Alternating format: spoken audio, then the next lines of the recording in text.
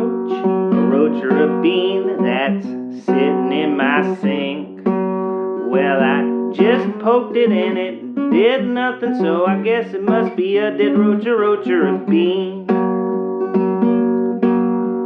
Is it a dead roach or a bean that's sitting in my sink? Well, I looked at it and it didn't have antennas, so I guess it must be just a roach or a bean.